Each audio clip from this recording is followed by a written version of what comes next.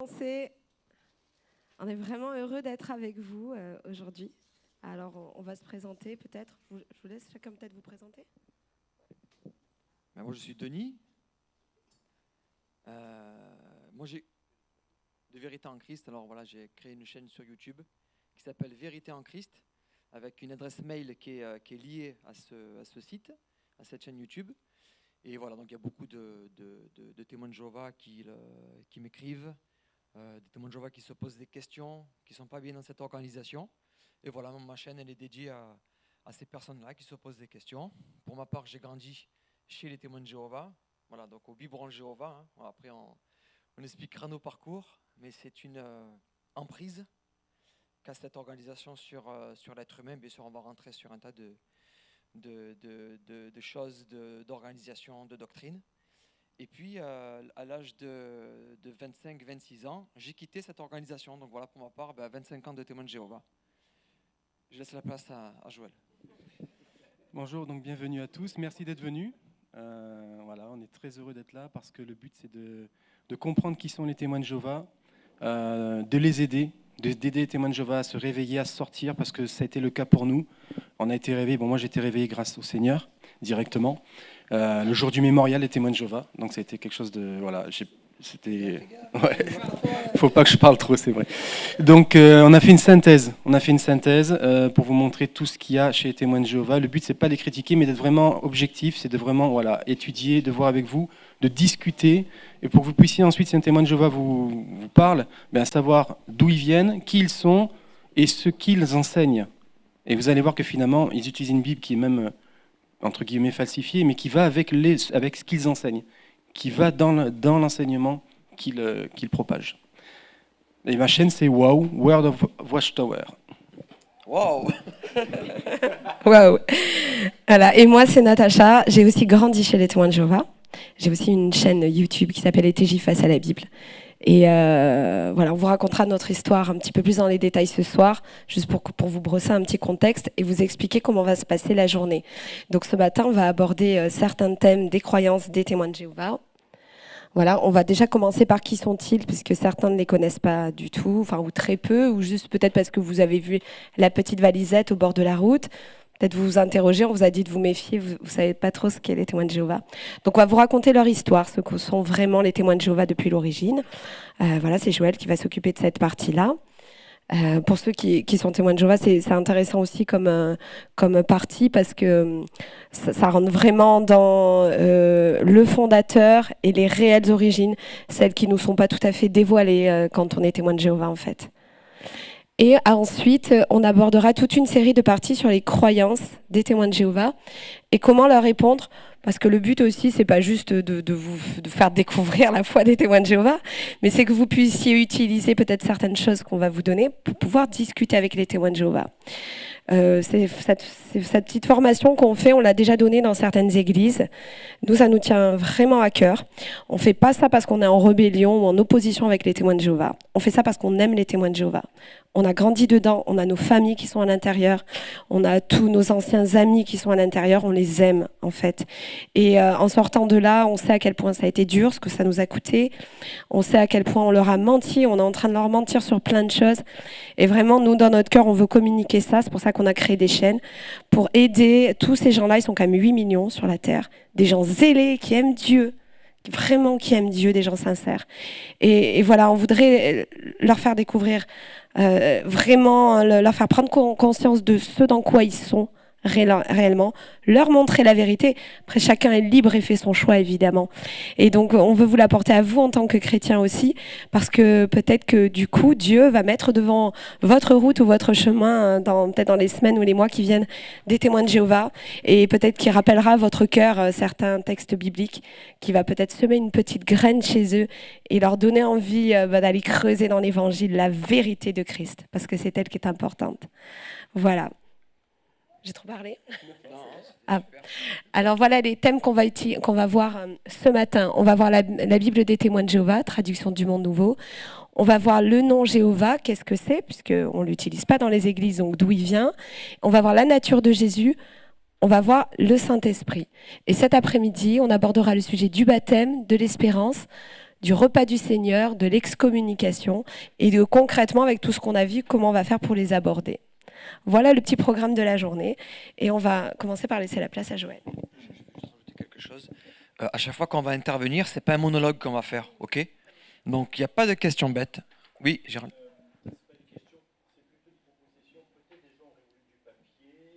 Oui, si vous voulez noter peut-être. Bernadette, elle a le cahier.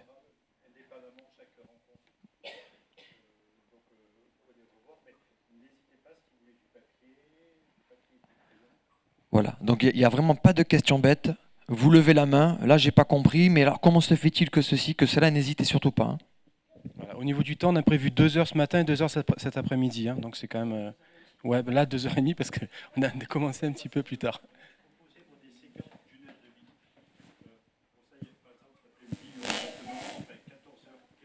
1h30, ça sera pas... Voilà, ça sera... Ouais, je comprends. Bon, on essaiera d'aller plus vite alors. D'accord. Oui, de toute façon, une pause, c'est bien. Hein. Allez, on va commencer avec le fondateur de la Watchtower. Parce qu'il y a le fondateur de la Watchtower et il y a ensuite le nom des témoins de Jéhovah qui arrive avec Rutherford, la deuxième personnage très important des témoins de Jéhovah. Donc le fondateur des étudiants de la Bible et de la Watchtower Bible and Tract Society, WBTS, c'est Charles Taze Russell.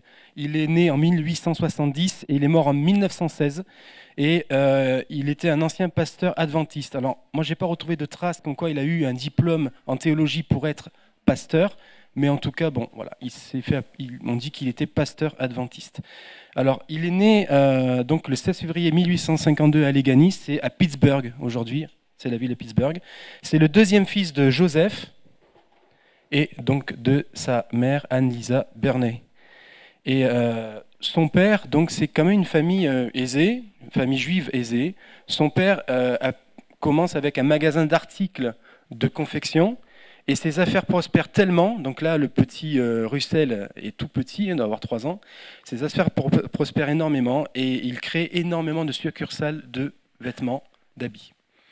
Et au point que son fils, jusqu'à l'âge de 9 ans, à partir de l'âge de 9 ans, donc sa mère meurt à l'âge de 9 ans et c'est son père qui va s'occuper de lui et il va être instruit dans le commerce, il va travailler avec son père dans ces magasins-là, dans ces succursales. Et c'est ça qui va lui donner... Voilà, cette expérience ensuite de propager. Rien n'est fait au hasard. Donc sa mère était presbytérienne. Elle donne une éducation profondément religieuse à son fils, et à toute sa famille d'ailleurs. Elle assume la première formation chrétienne jusqu'à ce qu'elle meure, comme je vous l'ai dit, donc Russell à l'âge de 9 ans. Le jeune homme est instruit à l'école, par des précepteurs, mais aussi il commence à travailler donc, au magasin. Bon, ça commence à 9 ans, mais vraiment il rentre en activité avec son père à partir de 11 ans, donc c'est très tôt. Mais il est très affecté donc, par la mort, en plus de sa mère, de ses 2 frères et d'une sœur. Donc il vit quelque chose quand même de difficile, ce jeune homme. Et il manifeste un esprit fortement religieux et décide d'étudier la Bible. En 1868, il est membre de l'église congrégationnaliste et l'église YMCA en Amérique. Et il s'interroge sur la damnation éternelle, parce qu'il a perdu trop de membres de sa famille, et il sent sa foi chanceler. Parce que lui, il se dit, si mes membres de famille sont partis en enfer, voilà, et il sombre. Et c'est là qu'il rencontre en 1870 donc le prêcheur adventiste Jonas Vandel, qui ravive sa foi perdue. De là, donc, il va accepter les idées d'une autre personne qu'il va rencontrer, c'est George Storrs et George Stetson. 2 Georges. Parmi ces idées, ce qui est dit, c'est que lors du millénium, les vivants ou les ressuscités auront la possibilité d'avoir la vie éternelle, mais par le mérite. Alors ça, c'est tout nouveau, parce que le pasteur, il ne devrait pas annoncer ça. Un pasteur, c'est par la grâce qu'on a la vie éternelle. Merci Seigneur.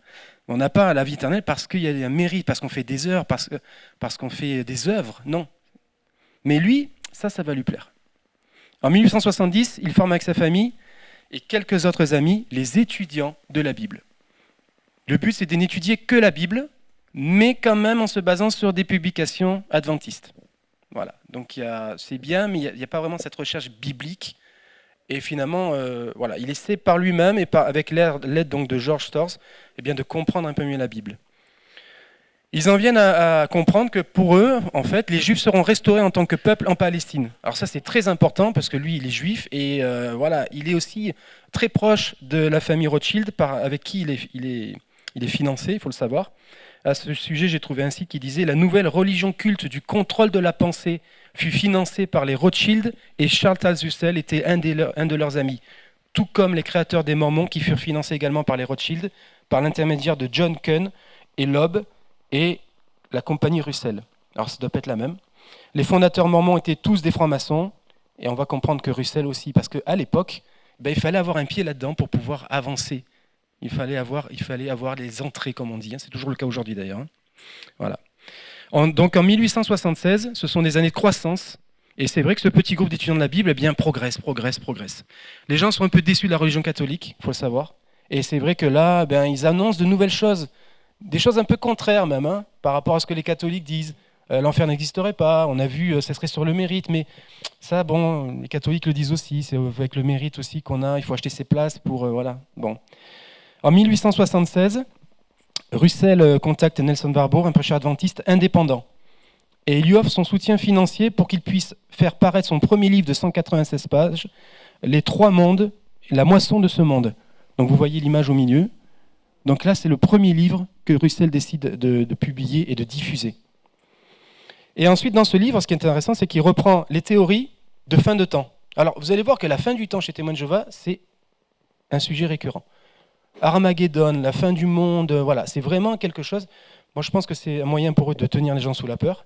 Mais depuis donc Russell, il y a énormément de livres, énormément de choses qui ont été faites sur la fin du temps, sur la fin du monde, sur comment il faut faire pour être sauvé, voilà.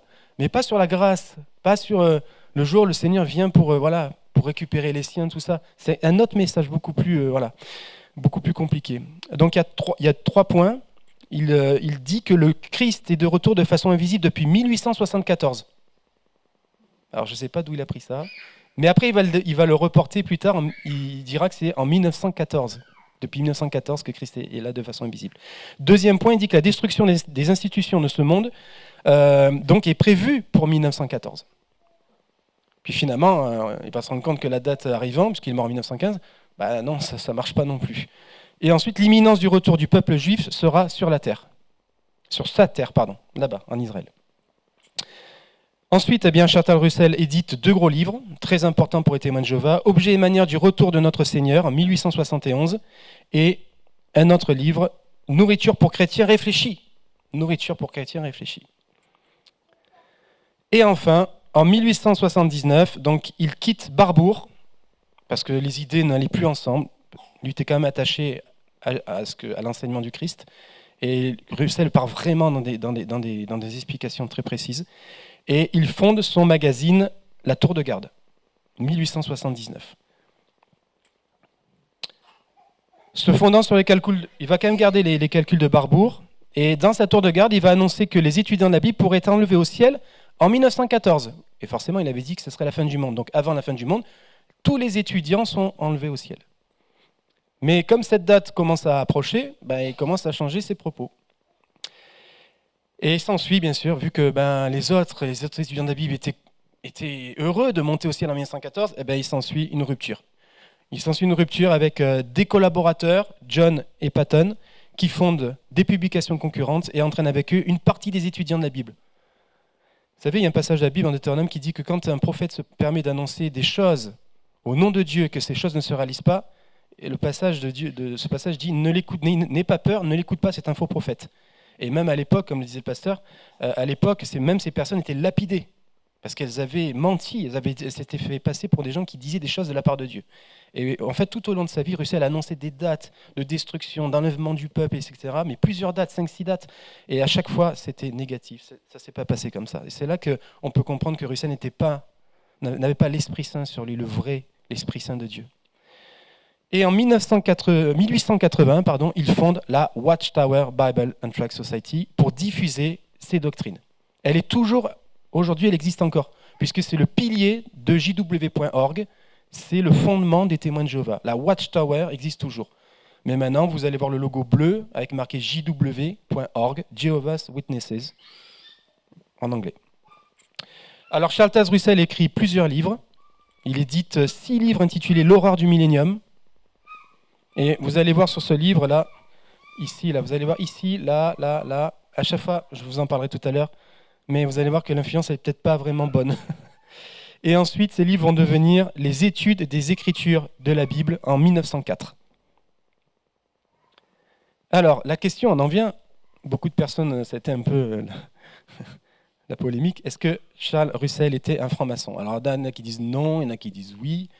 Et bien, en fait, il y a, vous savez, comme dit Jésus, ça se voit aux fruits. Les signes de la franc-maçonnerie. Les francs-maçons sont obligés de s'afficher. Ils sont obligés de dire qu'ils sont, mais non pas de façon officielle, mais d'une façon par des signes, en fait.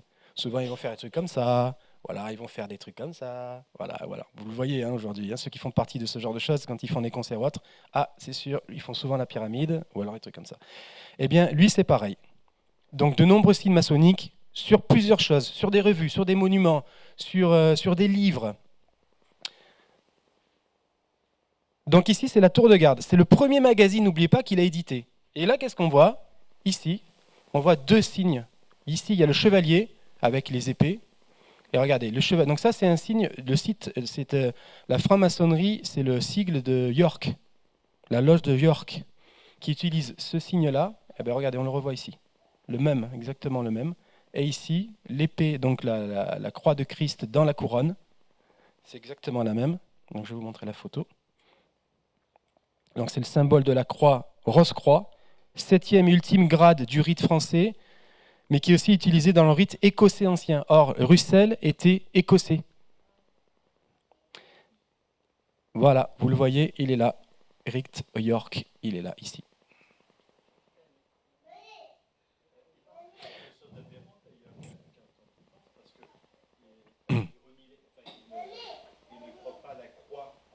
Oui. Oui. Ouais. Ouais. Ouais. Alors Russell, lui, il y croyait. Lui, il a annoncé, regardez, ici, il y a marqué, son magazine, il est marqué, il a annoncé la présence de Christ. Russell, il était quand même attaché à Christ. Et c'est ensuite, quand le deuxième, Rutherford, va prendre le relais, ça va être le deuxième président en fait, de la Watchtower, il va, alors que Russell avait demandé dans son testament de garder, pour justement continuer quand même, parce qu'il avait ce côté franc-maçon, mais il aimait quand même Jésus. Et pour garder quand même cette ligne de conduite vers Jésus, Rutherford va carrément évincer ces 4 personnes du testament, alors qu'elles étaient écrites dans le testament de Russell, il les a évincées pour faire sa popote et pour faire son histoire à lui. Donc même au niveau juridique, au niveau testamentaire, la base des témoins de Jéhovah ne suit même pas ce que Russell, le fondateur, a voulu. Vers quoi, voilà, vers où aller. Donc là, vous le voyez encore une fois. Regardez bien, on est en haut de l'échelle. Hein. Donc ici, j'avance. On est en haut de l'échelle et donc on est ici. Vous le revoyez, la croix inclinée avec la couronne. Et on est dans l'ordre des Knights Templars. Alors à chaque fois, ce sigle, il est souvent répété, mais c'est pour dire qu'on est au 33e degré. On est très haut placé. Une autre image, ici. Donc vous voyez bien, c'est le compas franc-maçon. Donc ici, on arrive ici au 33e degré, inspecteur général. Alors pour arriver à ce niveau-là, mais il faut passer des grades, il faut passer des choses, mais je ne vous raconte pas, il y a des choses vraiment terribles à faire pour arriver au 33e degré. Hein. Voilà. Et là, on vous retrouve ici. Vous vous rappelez, au début, sur la tour de garde, il y avait le chevalier ici, il est là, et là, il y a la croix dans la couronne. Et donc, on les retrouve ici, donc le chevalier et la croix dans la couronne. Et c'est les Knights Templars, 33e degré. Donc tout ça, c'est des preuves, pour moi, c'est des preuves hein, que Russell, d'une manière cachée, d'ailleurs la société Watchtower n'a jamais écrit, les témoins de Jéhovah n'ont jamais écrit, nous ne sommes pas francs-maçons, ils n'ont jamais écrit. D'ailleurs, ils ne font presque pas d'articles sur la franc-maçonnerie, alors qu'il y en a des choses à dire. Hein. Ils ne font pas d'articles pour dire que c'est satanique, qu'il y a des choses vraiment pas bonnes à faire, voilà, à voir là-dedans. Jamais ils ont fait un article sur la franc-maçonnerie. Là, ici, on retrouve donc ce logo. Ce logo était vraiment diffusé. Hein. C'était vraiment ça. Quand il partait donc, pour faire ses diffusions en train, il mettait des grandes affiches où il y avait ce logo-là de partout. Ici, sur des petits médaillons que les étudiants de la Bible portaient sur eux, avec la photo de Russell quand même. C'est pas la photo de Jésus, hein, c'est la photo de Russell. Et là, c'est donc drapeau américain, très patriotique. Vous imaginez ici les drapeaux français. Et là, ici, donc, le fameux logo. C'était imprimé, hein, c'était le logo. On savait où on allait et on savait pourquoi on venait. Les livres. Alors, les livres, là, c'est encore autre chose. Ici, sur les livres, donc les 6 livres dont je vous ai parlé tout à l'heure, vous avez ici le disque solaire ailé. Le disque solaire ailé, c'est même ésotérique. C'est une influence vraiment, vraiment pas bonne. Il est dit ici, les origines de ce symbole remontent à la magie de l'Égypte ancienne. Albert Schweitzer dit dans son livre que ces signes sont utilisés par les francs-maçons du 33e degré et que eux seuls en connaissent le secret. Encore une fois, 33e degré, on a vu dans le compas, on est au 33e degré. Lui, sur ses livres qu'il édite, il décide en tant que fondateur et c'est lui qui était à la tête, hein, d'imprimer ce disque solaire ailé sur toutes les pochettes de ses livres, que seuls les francs-maçons du 33e degré utilisent parce qu'eux seuls connaissent le secret. Bon, au bout d'un moment, il faut juste réfléchir. Hein. Ils disent que l'emblème donc, de l'élément de l'air consiste en un cercle de type disque solaire ailé. Dans un rituel de magie, il est suspendu au-dessus de l'autel en direction de l'est et est utilisé pour invoquer le sylphe, génie de l'air. Alors Satan, on sait que c'est le prince de la puissance de l'air, pour lui demander sa protection et sa coopération. Alors Russell, il s'est défendu de ça. Vous voyez, je suis honnête, hein, je vous dis tout. Hein. Il a dit, dans la tour de garde de décembre 1911, l'utilisation par Russell du disque solaire ailé provenait de sa compréhension de Malachie 4.2, qui évoque un soleil avec des ailes comme symbole que le règne millénaire de Christ avait commencé à émerger. Bon, pourquoi pas ? Pourquoi pas, hein. Allez, on va lui accorder. Que dit Rutherford, le second président à la mort de Russell ? Qu'est-ce qu'il dit ? Il s'agit bien sûr, comme pour toute idolâtrie, d'une perversion absolue de la vérité. De ce fait, le Dieu soleil est identifiable à Satan. Bon, je crois que c'est clair là. C'est le même. C'est le même disque solaire. Et ça, c'est en 1921. Russell se défend en 1911, 1921. Rutherford, premier président des Témoins de Jéhovah, dit ça. Et ensuite, un article de la Tour de Garde 1976, il nous dit, donc, il y a la traduction ici, juste à côté, les anciens utilisent d'autres symboles religieux, par exemple le disque solaire, qui est utilisé sous différentes formes en Phénicie, en Assyrie et dans d'autres pays. Cependant, la migration des symboles... cependant, on dit avec raison que le disque solaire est un symbole égyptien par excellence. Vous l'avez probablement vu dans l'art et dans les dessins égyptiens. Et c'est vrai que ce disque solaire, on le voit de partout. Un autre livre dit, donc c'est signes et symboles sur l'Égypte antique. C'est un archéologue qui a étudié tout ça et qui dit, ce disque solaire est utilisé par les maçons du 33e degré, le degré le plus élevé, et que eux seuls en connaissent le sens. Donc vous voyez ici, c'est son livre. Ici, voilà, ça c'est son livre, la page de son livre qui est là. Et donc, page 344, vous pouvez aller vérifier, c'est vraiment ce qui est écrit. La signification tire son origine de l'Égypte ancienne, le dieu soleil actuellement adoré par les francs-maçons de haut degré et le dieu soleil connu dans plusieurs cultures et sous différents noms. Osiris, Horus, Isis, etc., etc., etc. Mais ce n'est pas fini. Il y a le monument de la Watchtower, une pyramide. On y est, quoi. Hein, au bout d'un moment, est-ce que Russell était franc-maçon ? Je ne sais pas, ça commence à faire une sacrée... multiplication de 2 choses. Là, ici, vous avez donc la pyramide avec ici la séparation et ici, donc la partie là où se trouve aujourd'hui le fameux signe que tout le monde fait, avec l'œil qui voit tout, dans la partie en haut. Et en dessous, vous avez bien la couronne avec la croix, le sigle de Russell. Et en plus, ça se trouve donc dans un cimetière. À l'arrière, vous avez le cimetière franc-maçon de Pittsburgh qui a été construit et ce terrain appartenait à la Watchtower. Toute cette parcelle de terrain appartenait à la Watchtower. Et cette parcelle était vendue aux francs-maçons pour qu'ils puissent construire leur cimetière maçonnique. Bon, au bout d'un moment. Le théâtre, le Stanley Théâtre, c'est un théâtre, chaque année, jusqu'à maintenant, les témoins de Jéhovah, je ne sais pas si vous savez, mais ils envoient les béthélites, ils envoient les missionnaires dans le monde entier. Et donc ils suivent une école, c'est l'école de Gilead, et donc ils ont un diplôme. Ils suivent plusieurs jours, plusieurs mois d'études. Ils partent vraiment à fond. Et une fois qu'ils ont ce diplôme, la remise des diplômes a lieu dans ce Stanley Théâtre. Et en fait, dans ce Stanley Théâtre, il a été rénové 2 fois par les témoins de Jéhovah. Et c'est la représentation parfaite des piliers donc Joachim et Boaz. Vous avez à gauche les piliers donc couleur rouge et à droite les piliers couleur blanc. Joachim et Boaz dans les représentations franc-maçonnes. Voilà. Ça aurait pu être complètement, tout ça, ça aurait pu être détruit. Si c'était pas franc-maçon, ils auraient détruit tout ça. Ils auraient refait une salle comme ici, propre, neuve. Voilà. Non, ils ont gardé ça, ils ont rénové, ils ont relustré. Il y avait une vidéo qui avait été faite à l'époque. Ils vous montrent ça, ils sont en train de lustrer, de changer tous les sièges pour les remettre à l'identique et tout. Et c'est vrai que voilà, tout ça, c'est encore la salle d'assemblée de Silkeborg, vue du ciel. C'est pas franc-maçon, ça? Je sais pas, au bout d'un moment, il faut se réveiller, quoi. Moi, je dis vraiment aux témoins de Jéhovah, soyez honnêtes, allez regarder tout ça. Moi, j'ai rien créé, j'ai pas le pouvoir de changer les choses sur Google Earth, sur Google, j'ai aucun pouvoir. Denis non plus, Natacha non plus. Donc, si nous, on est apostat, alors tout le monde est apostat. Google, Facebook, tout ça. Hein. Et là, si vous allez taper, donc, ici, vous avez, donc, c'est bien le site, donc, vous voyez, on a mis la photo de l'écran. Et là, regardez, là, vous avez donc l'œil ici. Mais ça, c'est là, l'endroit, la scène, elle est là.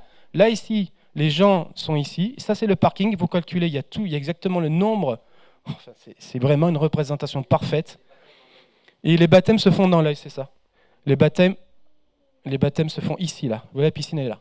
Dans l'œil, qui voit tout. Et ça, c'est aujourd'hui. Hein. Mais de toute façon, tout est aujourd'hui même. Voilà. Les funérailles de Russell. Les funérailles de Russell, quand il est mort, donc il y a eu voilà, c'était comme ça, on a voulu lui rendre hommage parce que c'était le fondateur, hein, voilà, bien sûr, donc ils ont fait quelque chose de bien.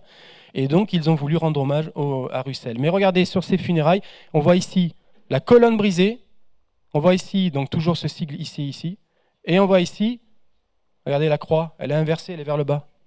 Bizarre quand même, hein. Même si vous mettez le tombeau comme ça, mais la croix elle est toujours vers le haut, regardez. Même si je l'incline, elle n'est jamais vers là, la croix. Elle est toujours vers là, vers le ciel. Là, la croix est inversée. Elle tombe vers le bas. Ça, c'est un rite, ouais, ça va même jusque là, ouais. Ça, c'est voilà. Mais de toute façon, les francs-maçons ont des rites sataniques dans leur façon de faire. On monte pas au 33e degré pour rien. Hein. Alors, regardez, j'ai pris la photo de la tour de garde. Il est dit, au pied du cercueil était placé un pilier brisé, fait de fleurs représentant convenablement ce cher corps qui, comme le corps du Seigneur, avait été brisé au service des frères, tandis qu'à sa tête se trouvait une magnifique croix florale et une couronne. Bon, vous voyez, c'est joli, hein, c'est beau. Alors, regardez, je vais vous montrer un autre exemple. Ça, c'est on a trouvé ça donc dans un cimetière franc-maçon. C'est donc la tombe de James Alonzo Pinet, franc-maçon. On retrouve bien, donc ici, la croix, la colonne brisée. Et regardez bien, on retrouve aussi carrément le même sigle que Russell, la couronne avec la croix inclinée à l'intérieur. Alors, j'ai même la preuve, regardez que ce que je vous dis, donc est-ce que Russell était franc-maçon ? Bien oui, je suis allé donc sur James Alonzo Pinet, et il est dit, en anglais, qu'il est devenu maître maçon, donc 33e degré, dans la ville d'Iowa, loge numéro 4, et grand maître de la ville d'Idaho. Et il avait lui aussi la colonne brisée et les mêmes sigles. Ce sont des signes qui identifient les francs-maçons de haut vol, de haut grade. Le discours de Russell, en fait, lui-même l'a avoué. Et ça, témoin de Jéhovah, il faut qu'il soit honnête. Russell l'a avoué dans un discours qu'il a fait donc devant une assemblée c'était en... J'ai pas la date, c'est pas grave. Donc il dit dans ce discours, je suis franc-maçon, je suis un maçon libre et accepté. Et ensuite, c'est de la façon que je présentais les choses. Maintenant, je suis moi aussi un maçon libre et accepté. Donc avant, on a les signes, et là, on a carrément la déclaration de Russell qui le dit. Alors, au bout d'un moment, je sais pas, les gens qui disent même, alors je vais vous montrer une autre preuve après, et après même, regardez plus là, en fait, plusieurs de mes plus chers amis sont des maçons. Il le dit ici, là, regardez. Là, ici. Plusieurs de mes chers amis sont des maçons. Et regardez ce que j'ai trouvé. Donc il dit qu'il est un maçon libre à accepter. Eh bien j'ai trouvé Grande Loge, Free and Accepted Mason of Pennsylvania. La Watchtower est en Pennsylvanie. Donc à mon avis, en fait, il était Knight Templar parce qu'il avait des origines irlandaises. Mais ensuite, en arrivant en Amérique, il s'est raccordé. Vous voyez, de l'autre personne, M. Pinet, il a pu être maçon de plusieurs loges. Et je pense que Russell aussi, il a pu être maçon de plusieurs choses en même temps et de plusieurs loges. Une étude a été faite, c'est le CESNUR, c'est le Centre pour l'étude des nouvelles religions. Donc, ils ont analysé les arguments sur une appartenance de Russell à la franc-maçonnerie. Ils disent, on en conclut que cette appartenance n'est pas prouvée, ah bon, mais qu'une influence maçonnique sur sa doctrine est cependant évidente, Russell ayant côtoyé un milieu où la franc-maçonnerie était répandue. Selon cette étude, les symboles comme la croix et la couronne employés par les étudiants de la Bible sont effectivement présents dans certains courants de la franc-maçonnerie. Donc ça, c'est vraiment un document, c'est une étude neutre. Hein. C'est indépendant. Hein.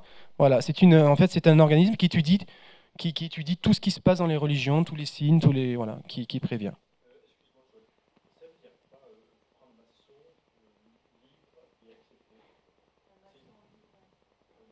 Ça, je sais pas. Ouais, je pense. Il y a plusieurs. Il y a des. Ouais, voilà. Tu vois, là, c'est écrit sur la plaque. Free, maçon libre à accepter. Peut-être parce que c'est plus tolérant, je sais pas. Peut-être que c'est. Mais ils sont quand même francs-maçons. Voilà. On arrive au schisme, à la mort de Russell. Ah, pardon. J'ai pas vu. J'ai pas entendu.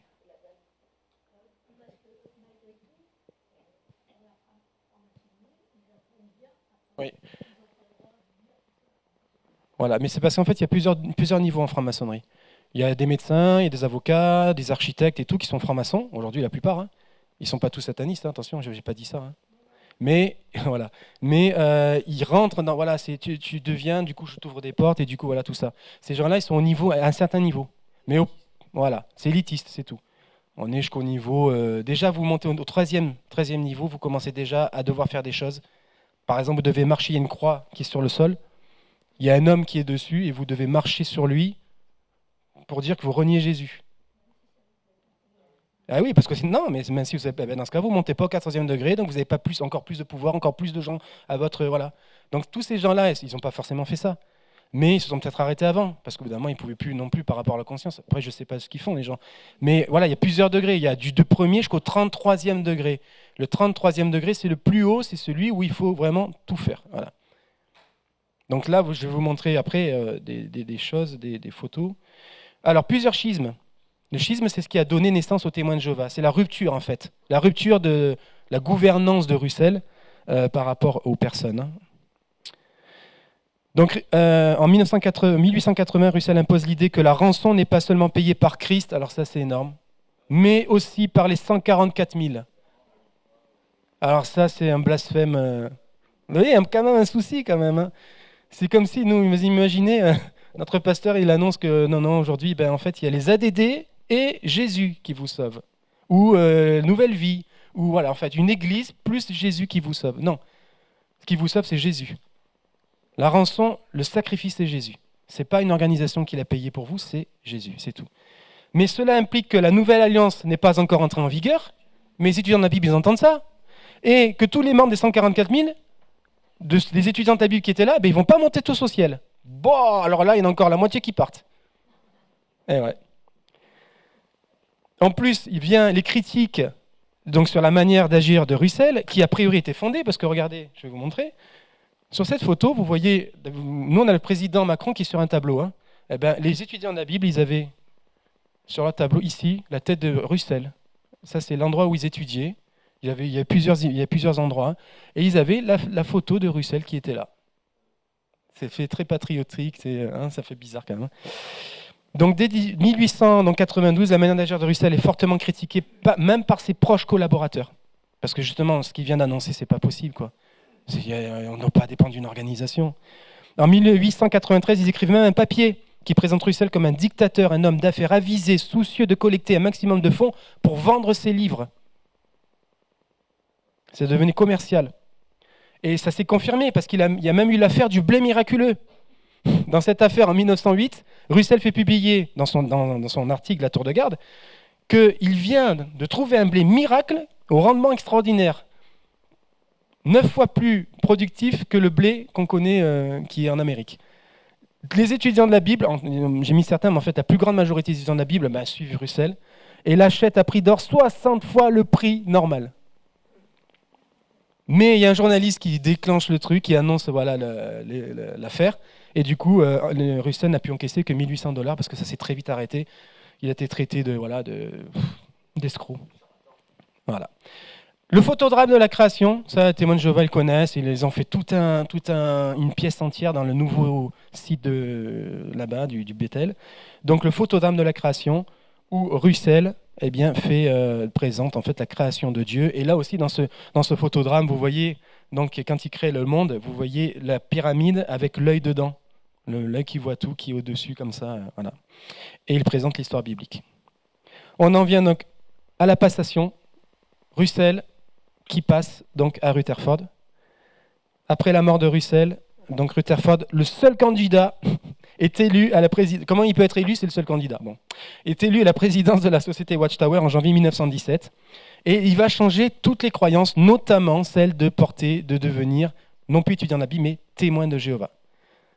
Il va sortir un tract, il y a marqué JW lors d'une assemblée. Et les étudiants de la Bible, la plupart pensaient que c'était Jesus Witnesses. Et en fait, non, c'est là qu'ils annoncent que c'est Jehovah Witnesses. Et là, ça va être le départ des témoins de Jéhovah. Et de là, donc, à la mort de Russell, eh bien, il y a un schisme qui va... En fait, le schisme va donner naissance à deux créations de sectes, on va dire, l'Ami de l'Homme et les témoins de Jéhovah, avec Rutherford qui prend le relais. Les Amis de l'Homme sont toujours en vie aujourd'hui. Hein. Le groupe existe toujours, c'est un petit groupe. Mais voilà. Donc, on peut dire que le pasteur Russell n'est donc pas le fondateur des témoins de Jéhovah, il est le fondateur de la Watchtower qui est toujours l'entreprise, hein, l'entreprise qui porte les témoins de Jéhovah aujourd'hui. Mais le nom témoin de Jéhovah a été adopté en 1931 par les témoins de Jéhovah grâce à Russell. Rutherford, pardon. Je continue là, c'est moi? Ouais, je vais accélérer là. Donc Rutherford 1916-1942, donc il était connu sous le nom de juge Rutherford. Alors il a fait une affaire pitoyable, il a eu le droit de s'appeler juge, et du coup il s'est fait appeler par tout le monde juge Rutherford. Voilà, c'est l'histoire, je voulais la donner parce que c'est vraiment marrant. Donc il apporte de nombreux changements. Les témoins de Jéhovah, donc le nom témoin de Jéhovah en 1931, le rejet de la croix, c'est lui. Au poteau, au profit du poteau, donc il a coupé les deux ailettes, là. Il a fait juste un poteau. Sachant qu'en plus, le poteau, je suis désolé, mais ça ressemble à l'adoration phallique. Hein. C'est quand même satanique, hein, l'adoration du poteau. C'est tout ce qui se passait dans l'Ancien Testament, il s'adorait à chaque fois un poteau. Hein. Donc lui, il a dit non, la croix, c'est païen, on préfère le poteau. Ah ben peut-être que ton poteau était encore plus dangereux que la croix, finalement, hein, parce que c'est une adoration phallique. Et l'interdiction des fêtes, Noël, anniversaire de naissance, c'est lui qui a instauré tout ça. Depuis donc 1931. Ensuite vient le deuxième président, Nathan Knorr, 1942-1977. Il met en place, lui, le fameux collège central, qui permet aux chrétiens d'avoir la rançon, de bénéficier de la rançon, hein, n'oubliez pas. Hein. Il refuse les transfusions de sang. C'est lui qui a mis ça en place, Nathan Knorr. Et ensuite, il annonce la fin du monde pour 1975. Et ensuite, il fait aussi, donc, il intensifie le prosélytisme porte-à-porte, diffusion des tracts et des brochures, des tours de garde. Voilà la structure de l'organisation. Donc ici, vous avez Jéhovah. Là, le comité, donc le collège central, comité de filiales, surveillant itinérant. Ici, collège d'anciens, les congrégations et les proclamateurs. Alors moi, je voudrais les proclamateurs, c'est ceux qui prêchent que vous voyez dans les rues. Alors, vous n'avez pas l'impression qu'il manque quelqu'un là? Ouais, il est où Jésus? Regardez, ça c'est une photo officielle du collège central. Hein. C'est pas moi qui l'ai rajouté. Hein. Il n'y a pas marqué Jésus là. Partie visite d'organisation de Jéhovah englobe. Eh bien, Jésus c'est lui, regardez. Il est là, c'est un ange. C'est ça Jésus pour eux. Il est en dessous, il n'est pas là, il n'est même pas à la droite de Dieu, hein, pourtant la Bible dit. Hein. Il est à droite du collège central, ouais. Et il est presque au même niveau, hein. Attention, hein. Il n'est pas là-haut, hein, Jésus. Donc vous voyez une vision vraiment, voilà. Donc 8 hommes qui dirigent 8 millions d'âmes. Vous imaginez la responsabilité? On ne sait pas. Non. D'un coup, on apprend, là par exemple, il y a 2 nouveaux qui ont remplacé Anthony Maurice III, qui était membre du collège central depuis un moment. C'est le fameux qui a craqué une allumette et qui avait traité les apostats en disant « nous languissons leur faim ». Il a soufflé comme ça. Donc apostat, c'est même ceux qui quittent l'organisation volontairement. Hein. C'est peu importe. Tout le monde est considéré d'apostat. Donc il avait craqué une allumette en vidéo, hein, et il avait dit, nous languissons la fin des apostats. Comme ça. Bah, c'était terrible. Hein. Et je pense que il a dû partir parce que ça fait trop. Vraiment, il y en a beaucoup qui ont réagi. Il a dû partir. Et à la place, il y a 2 personnes qui ont été nommées. Mais personne n'a dit nous on veut, il n'y a pas de vote, il n'y a rien du tout. Et il dirige par contre 8 millions d'humains. Voilà. Donc pour moi, j'ai terminé. J'espère que ça vous a plu.